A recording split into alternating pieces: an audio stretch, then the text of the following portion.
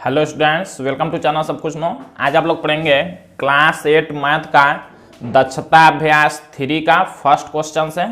इससे पहले वाले पार्ट में आप लोगों ने दक्षता अभ्यास 2 पूरा कंप्लीट पढ़ाई किया था। अगर आप लोग चैनल पर नए हैं, चैनल को सब्सक्राइब करिए, वीडियो को लाइक करिए और ज़्यादा से ज़्यादा शेयर करिए ताकि सभी लोग आसानी से ऑनलाइन पढ़ाई कर सकें। तो देखिए, इसमें फर्स्ट क्वेश्चन दिया हुआ है दक्षता अभ्यास 3 में, निम्न समीकरण में x का मान है। इसमें x का मान निकालना है। तो देखिए, ये जो दक्षता अभ्यास 3 है, इसमें आप लोग घन और घनमूल के बारे में पढ़ेंगे, जो कि हमने चैप्टर जब पढ़ाया था तो उसको पूरा डिटेल में बताया था।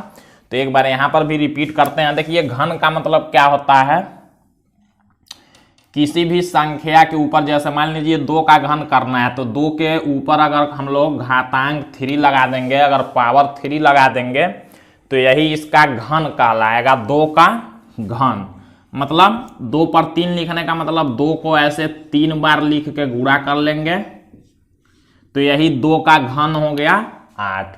जिस भी संख्या का घन निकालना होगा उसके ऊपर ऐसे 3 पावर लिखेंगे, या ऐसे कह सकते हैं कि उसी संख्या का 3 बार गुणा कर लेंगे तो जो हमको संख्या मिलेगा वही उस संख्या का घन होगा। जैसे 4 4 और 4 का गुणा करेंगे तो 64 होगा, तो ये 4 का घन हो गया। घन कहते हैं किसी संख्या का घन निकालना है, उसी संख्या को 3 बार लिख के गुणा कर देंगे तो जो संख्या प्राप्त होगी वही उस संख्या का घन होगा। और घनमूल क्या होता है, देखिए घनमूल इसका उल्टा होगा। घन सभी संख्याओं का निकल जाएगा, 1 का निकालना है तो 1 को 3 बार लिख के ऐसे गुणा करेंगे। घन सभी संख्याओं का निकल सकता है लेकिन घनमूल सभी संख्याओं का नहीं निकलेगा। जैसे मान लीजिए घनमूल जो हमारा संख्या होगा उसके मूल संख्या पर हम लोग जब पहुंच जाते हैं तो उसी को घनमूल कहते हैं। जैसे मान लीजिए ये 8 ही है, 8 ले लेते हैं, 8 का घनमूल क्या हो जाएगा 2, और 2 का घन क्या हो गया 8। तो घनमूल में क्या करते हैं, जैसे जो संख्या दिया है उसका गुणनखंड करते हैं। गुणनखंड मतलब जैसे आप लोग लॉसा लेते हैं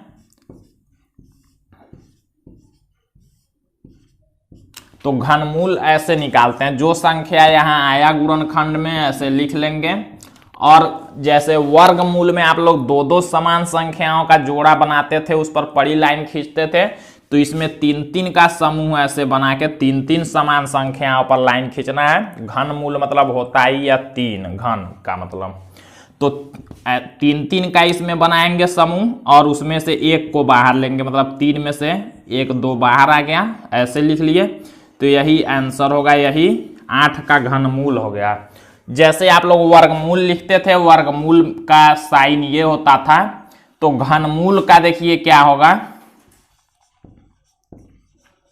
घनमूल जिस संख्या का निकालना होगा उसको इसी में लिखते हैं। लेकिन यहाँ जैसे मान लीजिए 8 का घनमूल निकालना है तो 8 को इस रूट में लिखेंगे, लेकिन इतना रहेगा तो वर्गमूल समझा जाएगा, और यहाँ पर ऐसे 3 लिख देते हैं तो इसका मतलब 8 का घनमूल निकालना है। तो इसको आप लोग याद रखेंगे। जबकि वर्गमूल में यहाँ कुछ नहीं लिखा होता है, यहाँ 2 समझा जाता है, रहता है 2 लेकिन लिखा नहीं जाता। लेकिन घनमूल के लिए यहाँ 3 लिखना पड़ेगा, तो ये याद रखेंगे आप लोग। अब हम लोग क्वेश्चन फर्स्ट को देखते हैं दक्षता अभ्यास 3 के। यहाँ फर्स्ट क्वेश्चन, निम्न समीकरण में x का मान है। हम लोग इसको सॉल्व करते हैं। सॉल्व करने के लिए देखिए क्या करेंगे, 10 का पावर 3 दिया हुआ है तो हम लोग लिखेंगे 10 का पावर 3 मतलब 10 को ऐसे 3 बार लिख के गुणा कर सकते हैं। फिर प्लस x का पावर 3 है तो यही रहने देंगे, इक्वल 1 का पावर 3 है तो 1 को ऐसे 3 बार लिख के गुणा कर लेंगे, प्लस 12 का पावर 3 है, 12 को भी 3 बार लिख के गुणा करेंगे। अब देखिए, जब 10 10 और 10 का गुणा करते हैं तो हो जाएगा 1000 प्लस x का क्यूब इक्वल, यहाँ देखिए 1 का जब गुणा करेंगे तो 1 ही होगा, प्लस 12 12 और 12 तीनों का जब गुणा करेंगे तो 1728 होगा। देखिए x क्यू का हम लोगों को x का मान निकालना है तो x क्यू को बराबर के इधर रहने देंगे, बाकी इस संख्या को उधर हम लोग कर लेते हैं। तो यहां होगा x का क्यूब इक्वल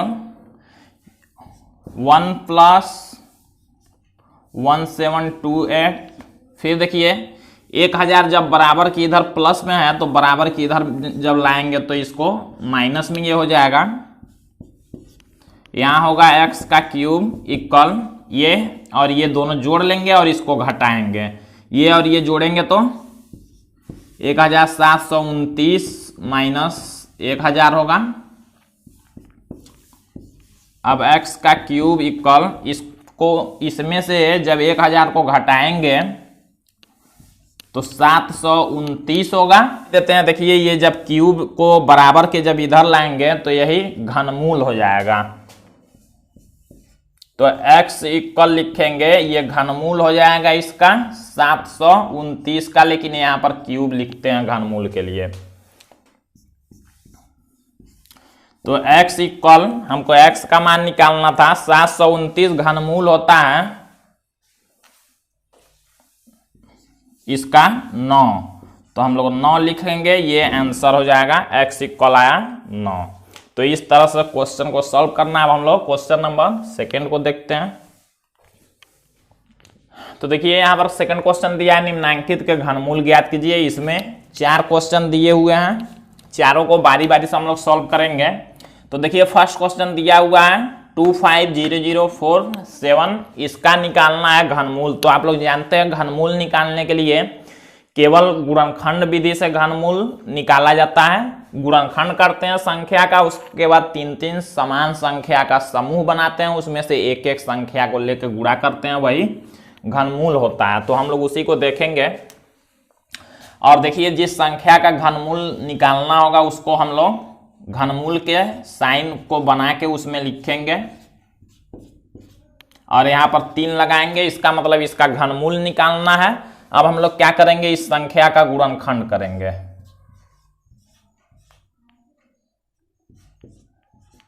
गुणनखंड करना आप लोग जानते हैं, संख्या अगर 2 से कटने वाला होगा तो 2 से भाग करते हैं, नहीं तो 3 से, नहीं तो 4 से, ऐसे बढ़ाते जाएंगे। तो ये संख्या देखिए 3 से कटता है, 3 से 8 बार में 24 होगा, 1 बचेगा, यहाँ 10 होगा। 3 से 3 बार में 9, फिर यहाँ 10 हुआ, फिर 3 बार में 9, फिर 14 हुआ, 2 तो 3 9 27। फिर से हम लोग 3 से इसको काट सकते हैं क्योंकि यह संख्या 2 से कटने वाला नहीं था। अब हम लोग भाग करेंगे तो 3 दूना 6, 2 हुआ 23,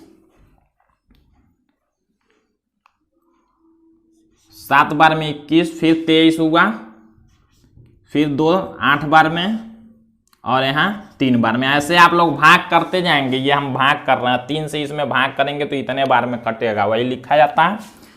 फिर से 3 से भाग करते हैं, 3 से 27 में करेंगे तो 9 बार में, 3 से 7 में करेंगे तो 2 बार में 6 होगा, 1 हासिल बचेगा, यहाँ 18 होगा।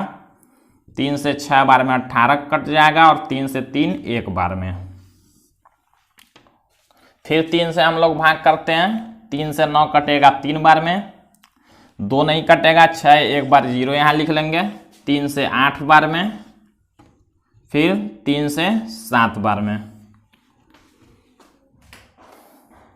फिर देखिए 3 से फिर से भाग जाएगा, 30 कट जाएगा। पहले 3 से ये 3 को 1 बार में काट लेंगे, 0 उतार लेंगे। 3 से 8 को 2 बार में 6, 2 हुआ, 3 9 27। फिर देखिए 3 से भाग कर लेते हैं, 3 से 10 में करेंगे तो 3 बार में 1 हासिल 12 हो जाएगा। 3 से 4 बार में 12 कटेगा और 3 से 9 3 बार में।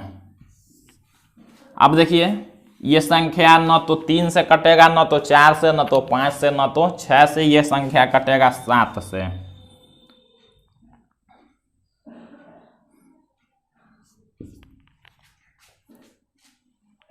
उनचास बार में और फिर 7 से 7 बार में और फिर 7 से 1 बार में। अब देखिए जितने भी संख्या मिले हैं उसको हम लोग यहाँ लिखेंगे, जो गुणनखंड आया है। यहाँ 3 आप लोग जरूर लिखेंगे ऊपर। ये 1 2 3 4 5 6 बार 3 है तो हम लोग 3 को 6 बार लिखेंगे। बाहर इसके नहीं लिखेंगे, इसी में लिखना है।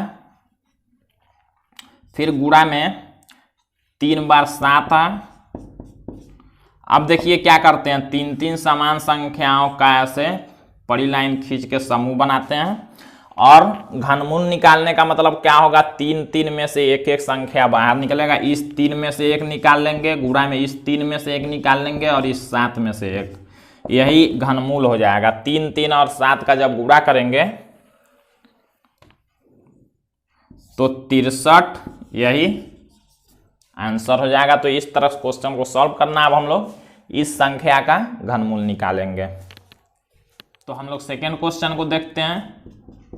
इस संख्या को भी हम लोग पहले घनमूल में लिखेंगे क्योंकि इसका घनमूल निकालना है। तो 11,0,5,9,2। अब इस संख्या का हम लोग गुणनखंड करते हैं। 11,0,5,9,2 का गुणनखंड कर लेते हैं। 2 से देखिए इसमें भाग जाएगा,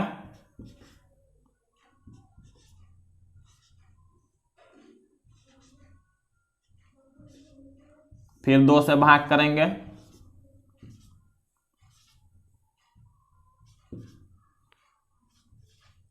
फिर से 2 से भाग करेंगे,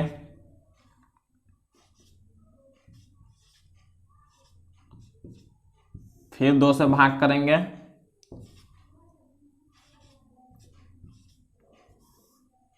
फिर 2 से,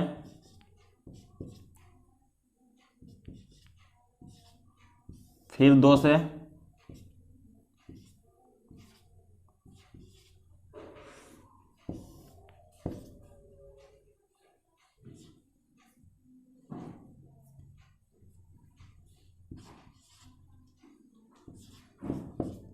फिर 2 से भाग करेंगे, फिर 2 से भाग जाएगा,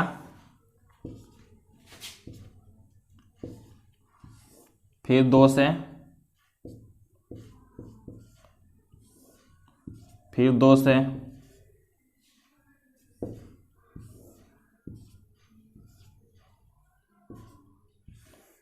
अब 3 से,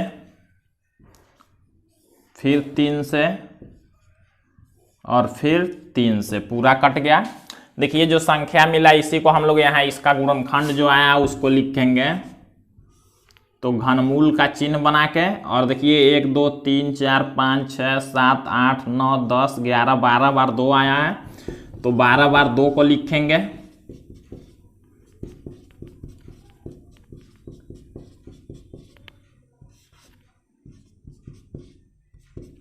और 3 बार 3 आया है तो इसको लिखेंगे। 3 समान संख्या का समूह बनाएंगे। देखिए अब हम लोग सब समूह में से एक एक संख्या को बाहर ले लेंगे। इस वाले 2 में से एक 2 लेंगे, इस वाले 2 में से एक 2 लेंगे, फिर इस वाले 2 में से एक 2 लेंगे, और इस वाले 2 में से एक 2 लेंगे, और इस वाले 3 में से एक 3, सबका गुणा कर लेंगे। तो 48 आया, यही हमारा घनमूल हो जाएगा। तो इस तरह से घनमूल को आप लोग आसानी से, तो देखिए इसी तरह से आप लोगों को घनमूल निकालना है। तो अभी इसमें सेकेंड क्वेश्चन में 2 क्वेश्चन और बचे हुए हैं, तो आप लोग उसका घनमूल निकालेंगे, नहीं तो हम अगले पार्ट में फिर उसको भी पढ़ाएंगे। तो आज के लिए बस इतना है।